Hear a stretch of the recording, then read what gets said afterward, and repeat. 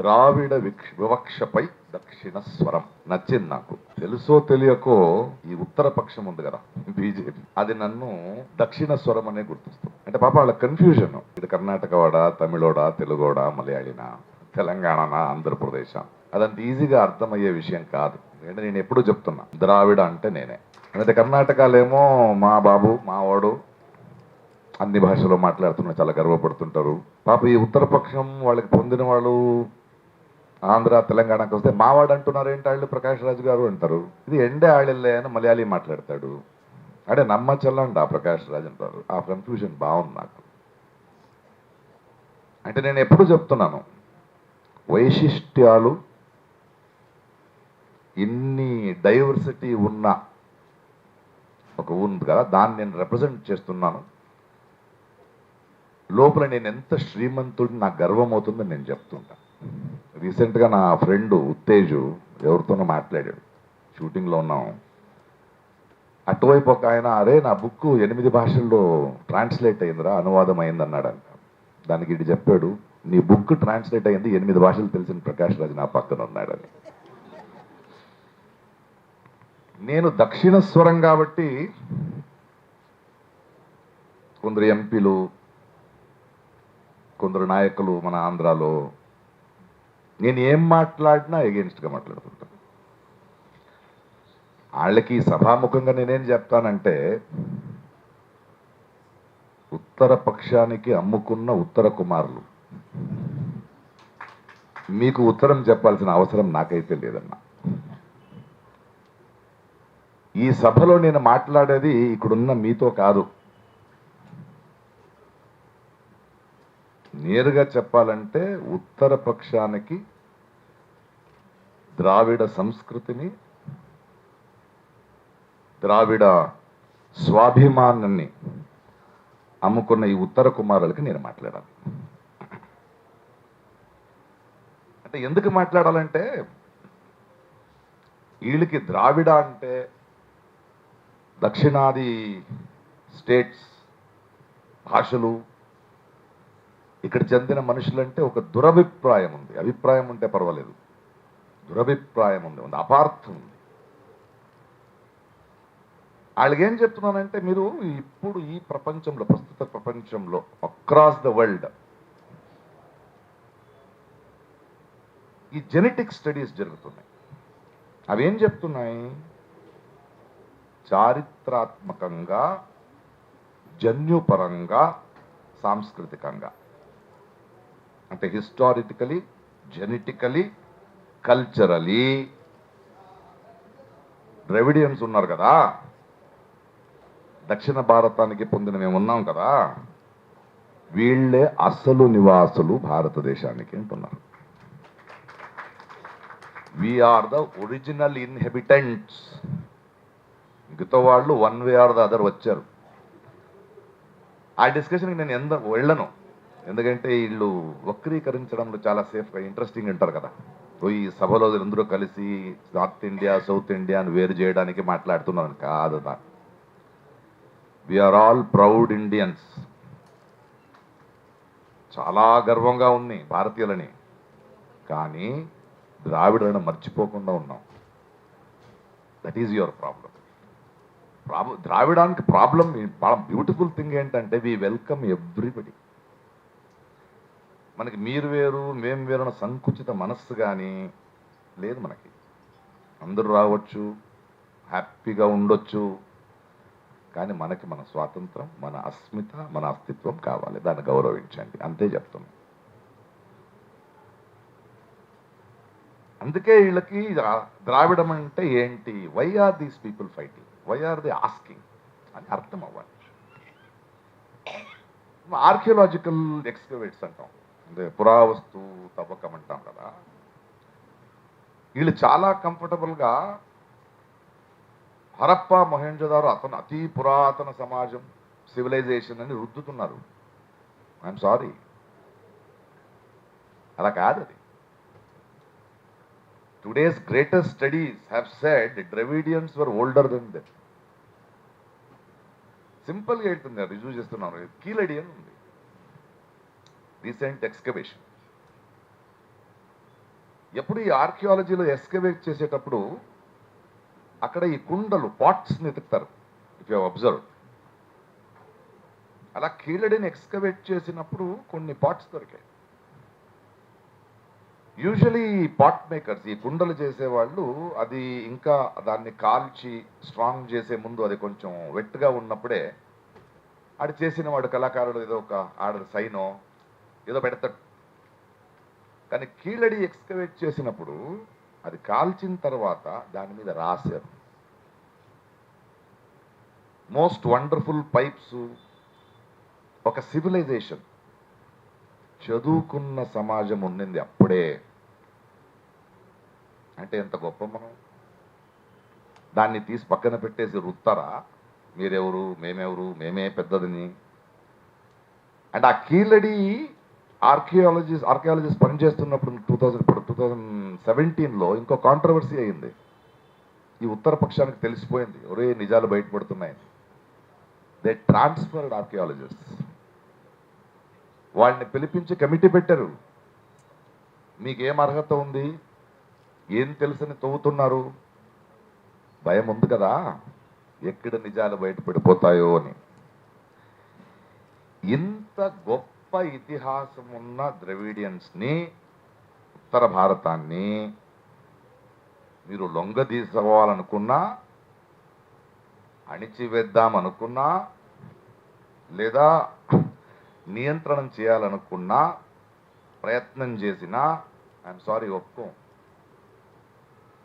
ఎందుకంటే మీకు కొంచెం హిస్టరీ చదవాలి, మీరు చరిత్ర తెలుసుకోవాలి. ఎప్పుడెప్పుడే ఇలాంటి ప్రయత్నాలు జరిగి ఒక ద్రావిడ ఆత్మగౌరవం, స్వయ గౌరవానికి గాయపడిశారు కదా, అప్పుడంతా ఐక్యంగా లేచారు, ఐక్యంగా తిరగబాటు చేశారు. That is the greatness of Dravidian culture and Dravidian society. మీరు ఉత్తర కుమారులు, ఉత్తర పక్షం వాళ్ళు కొంచెం హిస్టరీ తెలుసుకోవాలి. రీసెంట్ హిస్టరీ, జల్లికట్టండి, ఎలా తిరగబడ్డారు తమిళ వాళ్ళు, చాలా గర్వంగా ఉంది, ఐక్యంగా. అంతెందుకు, మన తెలుగు భాషా ఉద్యమం మొత్తం రాజకీయ పరిస్థితిని గందరగోళం చేయలేదు, రాజకీయ పరిస్థితినే మార్చేసింది కదా. That is what you have to understand. ఇప్పుడు తమిళనాడులో, సౌత్ ఇండియాలో లేని గుళ్ళు, దేవాలయాలు మీ నార్త్ ఇండియాలో ఉందా? లేదుగా. కానీ ఎందుకు బీజేపీ లోపల రాకపోతుంది, ఎందుకు రాలేకపోతుంది? ఎందుకంటే ఇక్కడ ధర్మం వేరు, రాజకీయం వేరు. అంత తెలివు, అంత ప్రబుద్ధత ద్రవిడుడికి, దక్షిణ భారతానికి ఉంది.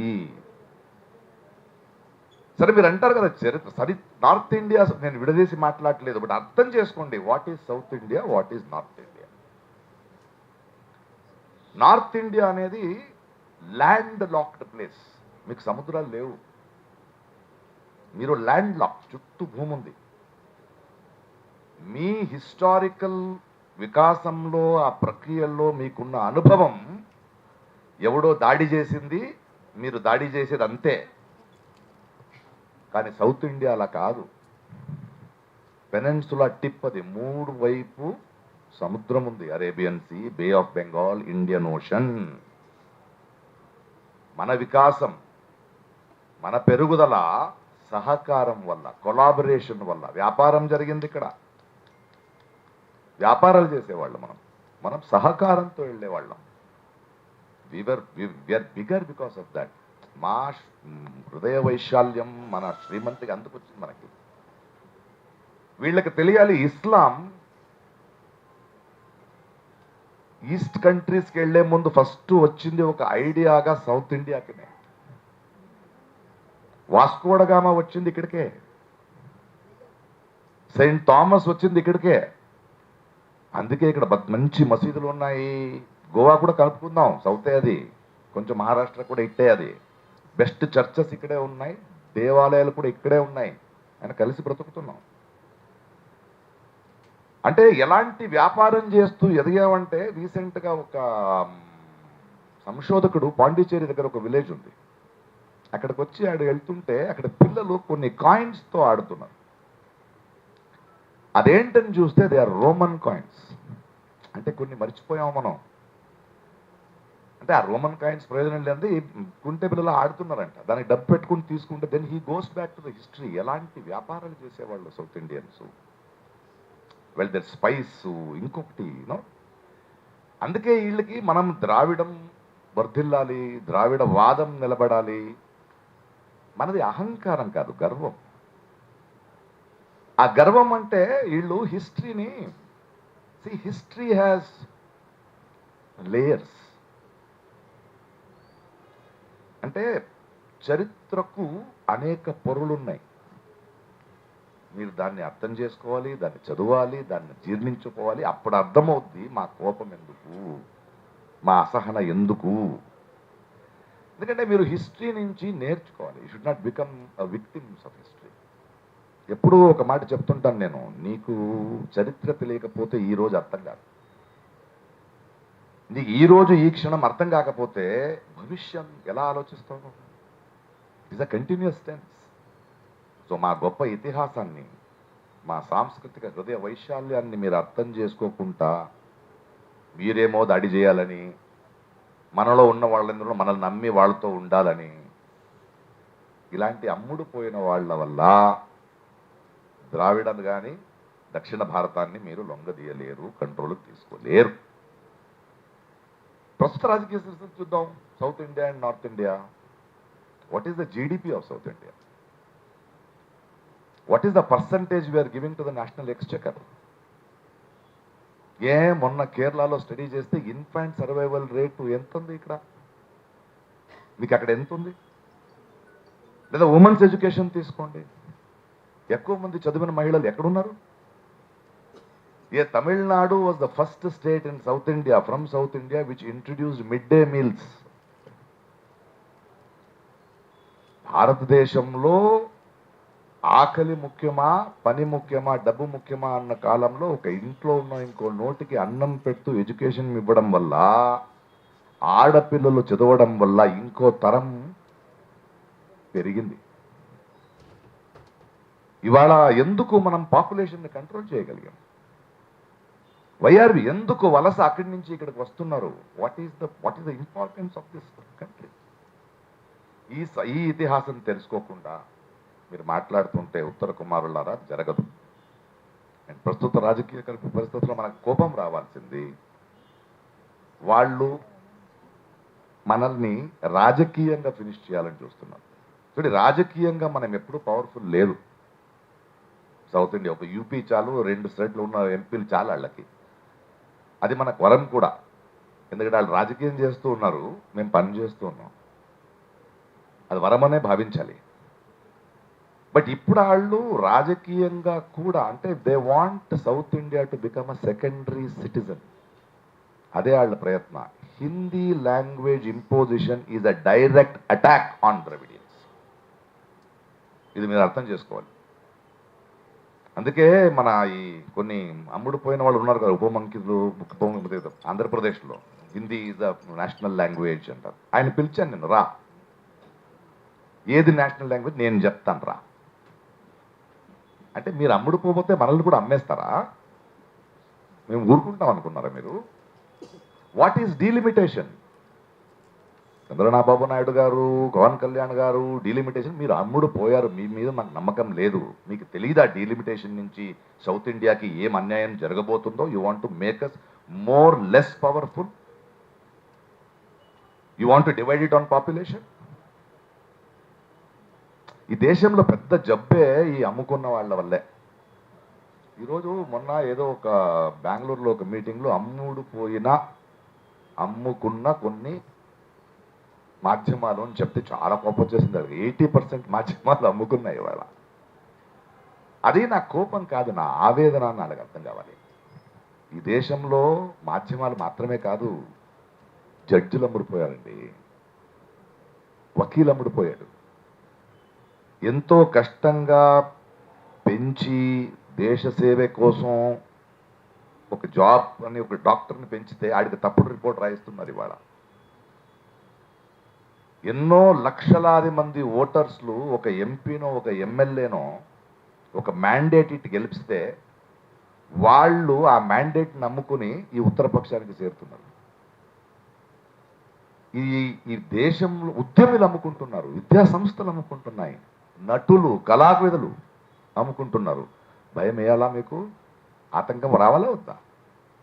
సో ఈ అమ్ముడుపోయే కార్యక్రమాలు మనతో జరగదు. మాకు ద్వేషం ఇష్టం లేదు. అది అద్భుతమైన సంస్కృతి, అది అద్భుతమైన కళాచారం. మన ఆలోచనలు కూడా రాదు ద్రావిడానికి. మనం అడుగుతున్నది, we are very proud to be Indians, respect us. మాకు ఒక కలర్ ఇష్టం లేదు, అన్ని కలర్స్ కావాలి. మీరేమో ఒకే కలర్ అంటున్నారు, నచ్చదు మనకు నచ్చదు అది. We don't want one colour. So దయచేసి అలాంటి ప్రయత్నాలు చేయకండి. అమ్ముతున్న వాళ్ళు జాగ్రత్తగా ఉండండి, ప్రశ్నించే వాళ్ళు ఎక్కువ అవుతున్నారు. ఈ బంగారు గుడ్డు పెట్టే కోడిని చంపే మూర్ఖత్వం ఎవడైనా చేస్తాడా? సో ఉత్తర భారతుడికి, ఉత్తర పక్షానికి అమ్ముతున్న ఈ ఉత్తమ కుమారులకి చెప్తున్నాను, మీరు ద్రావిడని, మన సంస్కృతిని, మన స్వాభిమానాన్ని ఇలా అమ్మితే నష్టమయ్యేది మనకన్నా ఎక్కువ భారతదేశానికి. బంగారు గుడ్డు పెట్టే కోడంటే అది దక్షిణ భారతమే, అది ద్రావిడమే. ఒకే ఒక కథ చెప్పి వాట్ ఈస్ ద డేంజర్ అని చెప్తా. ఈ మన one language, one culture, one party, one దేశం, వన్ ధర్మం. ఆఫ్రికాలో ఒక క్వీన్ విక్టోరియా అని ఒక లేక్ ఉండేది, ఒక చెరువు, చాలా పెద్ద చెరువు అది. అక్కడ ఎన్నో రకాల చేపలు, ఒక మత్స్య ప్రపంచం అన్నీ ఉండేది. ఆ చుట్టూ ఉగాండా, కీన్యా ఇలాంటి ఒక 7-8 కంట్రీస్, వాళ్ళందరూ చాలా హ్యాపీగా అక్కడి నుంచి బ్రతుకుతున్నవాళ్ళు. వాళ్ళు అక్కడ ఫిషింగ్ చేస్తూ దిడేనో ఒకటికి ఐడియా వచ్చింది, అన్ని కొంచెం ఎక్కువ మాంసం ఉన్న ఫిష్ని ఇంట్రడ్యూస్ చేద్దామని. పక్కనే నైల్ నది, అక్కడ నైల్ పర్చ్ అని ఒక ఫిష్ ఉంది, అది కార్నోరియస్, అది ఇంకొకరిని తినే అంటే ఒక ఫిష్. అలాంటి ఫిష్ని దీనికి ఇంట్రడ్యూస్ చేశారు వీళ్ళు. One language, one country, one election అంటారు కదా, అలా ఫిష్ని ఇన్వైట్ చేశారు.